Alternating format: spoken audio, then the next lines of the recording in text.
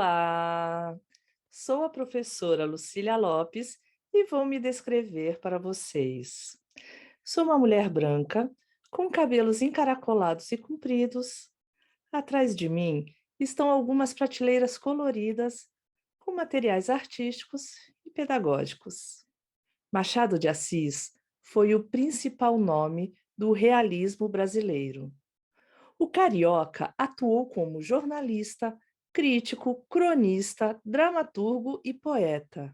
Machado escreveu contos, crônicas, poemas e romances, deixando a sua contribuição para diferentes gêneros literários. Vem ler comigo a primeira crônica que ele escreveu para o periódico O Futuro, em 1862.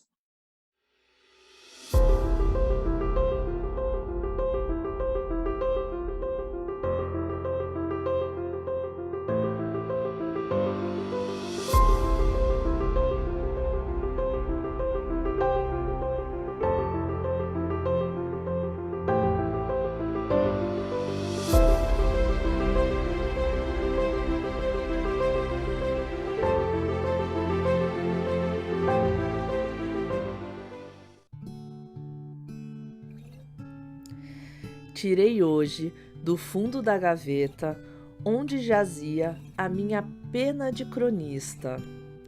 A coitadinha estava com um ar triste e pareceu-me vê-la articular por entre os bicos uma tímida exprobação. Em roda do pescoço enrolavam-se uns fios tenuíssimos, obra dessas Penélopes que andam pelos tetos das casas e desvãos inferiores dos móveis.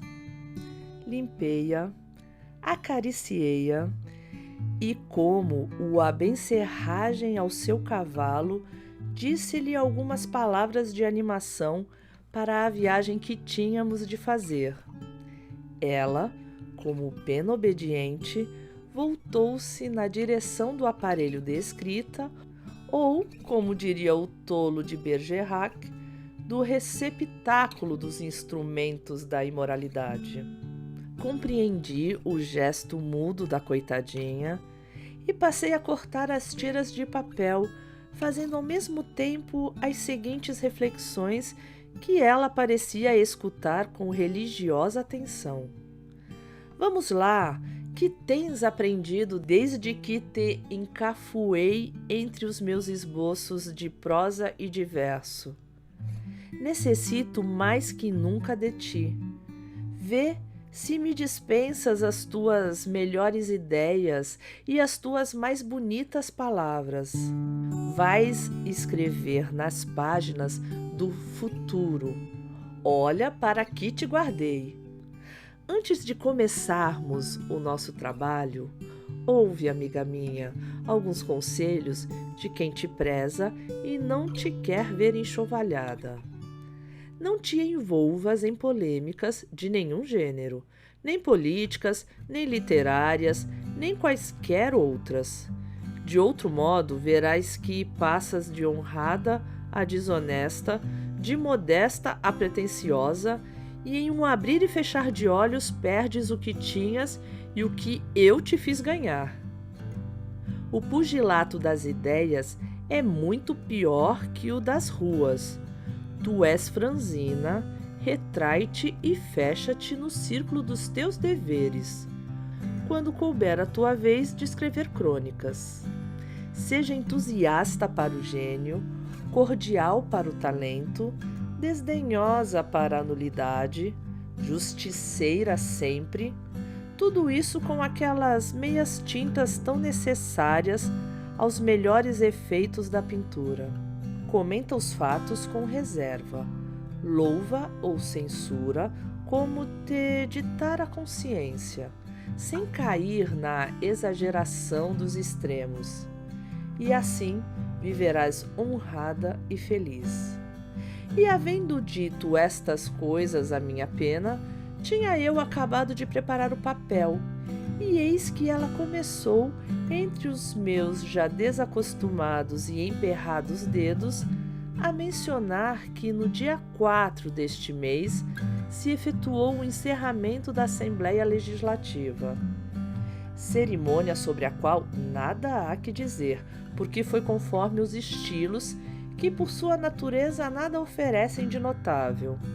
Os membros do parlamento foram procurar no remanso da paz o repouso das lutas da tribuna e dos trabalhos com que auxiliaram a administração na sessão finda. Entre os serviços prestados este ano pela representação nacional, convém não esquecer o de haver habilitado o governo a fazer o serviço financeiro de 63 a 64 por meio de um orçamento definido e discutido. Passo às letras e às artes. O maior acontecimento literário da quinzena foi o poema de Tomás Ribeiro, Dom Jaime, cujos primeiros exemplares chegaram pelo paquete. A fama chegou com o livro e, assim, todos quantos estimam a literatura, militantes ou amadores, concorreram à obra maus livreiros a puseram nos mostradores. Dizia-se que Dom Jaime era uma obra de largas proporções e que Tomás Ribeiro, como raros estreantes, deitara a barra muito além de todos os estreantes. Dizia-se isto e muitas coisas mais. O poema foi lido e uma só vírgula não se alterou aos louvores da fama. O poema Dom Jaime é realmente uma obra de elevado merecimento e Tomás Ribeiro, um poeta de largo alento. A sua musa é simultaneamente simples, terna, graciosa, épica, melancólica. Ensinou-lhe ela a ser poeta de poesia, expressão esta que não deve causar estranheza a quem reparar que há poetas de palavras. Mas Tomás Ribeiro não é poeta de palavras, certo que não. Falemos agora de Arthur Napoleão, que acaba de chegar ao Rio de Janeiro. Em 1857, aquele prodigioso menino inspirou verdadeiro entusiasmo nesta corte, onde acabara de chegar, cercado pela auréola de uma reputação. Criança ainda, o prestígio dos tenros anos dava ao seu talento realce maior. Com ele acontecera o mesmo que com Mozart, de quem, diz um escritor, aludindo à primeira manifestação do talento na idade pueril.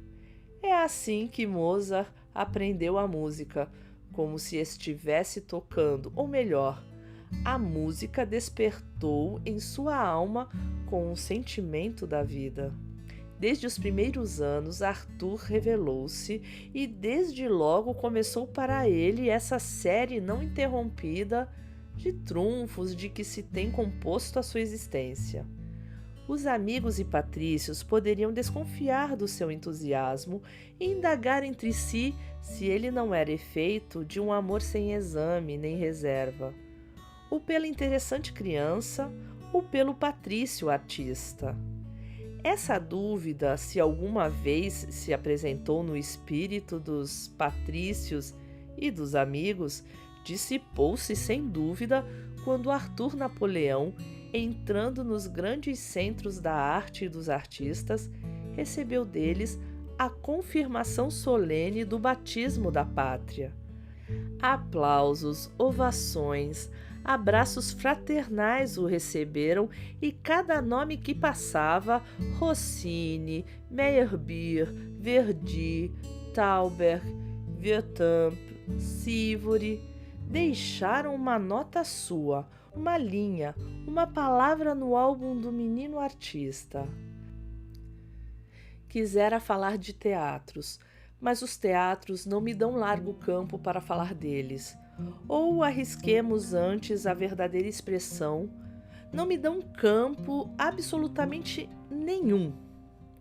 Nenhuma nova de vulto, digna de menção, foi dada nos dias da quinzena, a não ser a reprise dos Íntimos no Ateneu Dramático, para solenizar o grande dia nacional na presença da imperial família, e cujo desempenho esteve na altura dos melhores dias daquela comédia.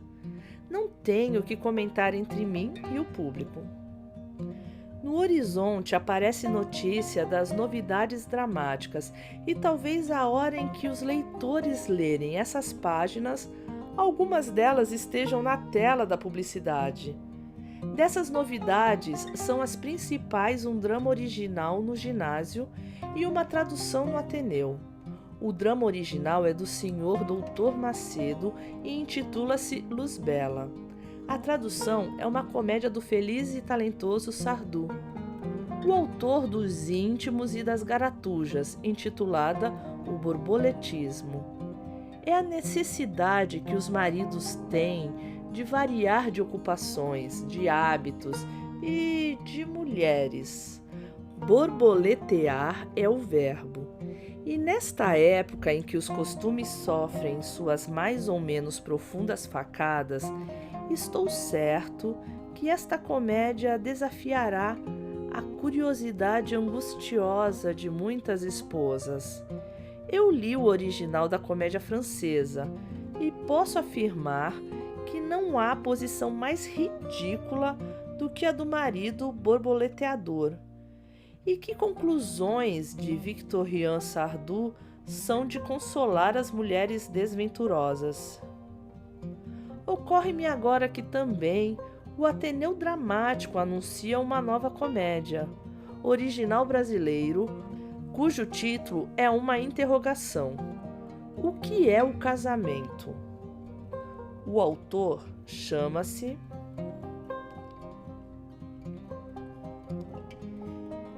Este sinal abriu já campo às conjecturas. A comédia é para a estreia do distinto artista Joaquim Augusto, que acaba de chegar da cidade de São Paulo. Nenhuma ocasião mais azarada do que esta para lançar ao papel algumas reflexões que trago incubadas relativamente à situação dos teatros. Para os que, como eu, veem no teatro uma tribuna e uma escola, é triste contemplar o abandono em que ele jaz, sem que a iniciativa oficial intervenha com a sua força e com a sua autoridade. Assim, vemos hoje duas cenas regulares entregues aos seus próprios recursos. A primeira, o Ateneu Dramático, onde uma reunião dos nossos melhores artistas trabalha com ardor por desempenhar uma tarefa árdua, gloriosa, embora marcando a cada exibição notável aproveitamento dos seus recursos. A segunda, o ginásio, onde o grupo de artistas que lhe ficara depois do último desmembramento procura e se esforça por continuar as tradições passadas. Não sei qual o meio de resolver a situação, ou antes, não quero estender-me ao exame dela. Mas o que é fato é que o trabalho fecundo e os recursos bem aproveitados têm direito à atenção do governo. E mais que tudo, as duas missões do teatro, a moral e a poética, demandam dos poderes superiores alento e iniciativa. Dito isto, ponho ponto final a esta crônica e passo a ralhar com a minha pena, que tão esperançosa me surgiu da gaveta e tão desalinhada e sem saborona se ouve nestas páginas.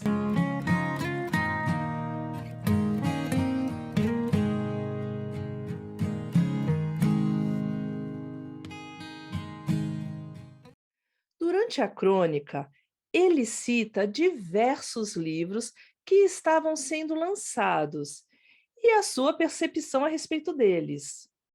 E você, tem o hábito da leitura? Lembra do último livro que leu? Conte o que mais gostou nesse livro e se recomendaria ele para outras pessoas. Registre essa sua indicação literária por meio de um áudio, vídeo, arquivo eletrônico ou no seu caderno. Bom trabalho e até a próxima aula.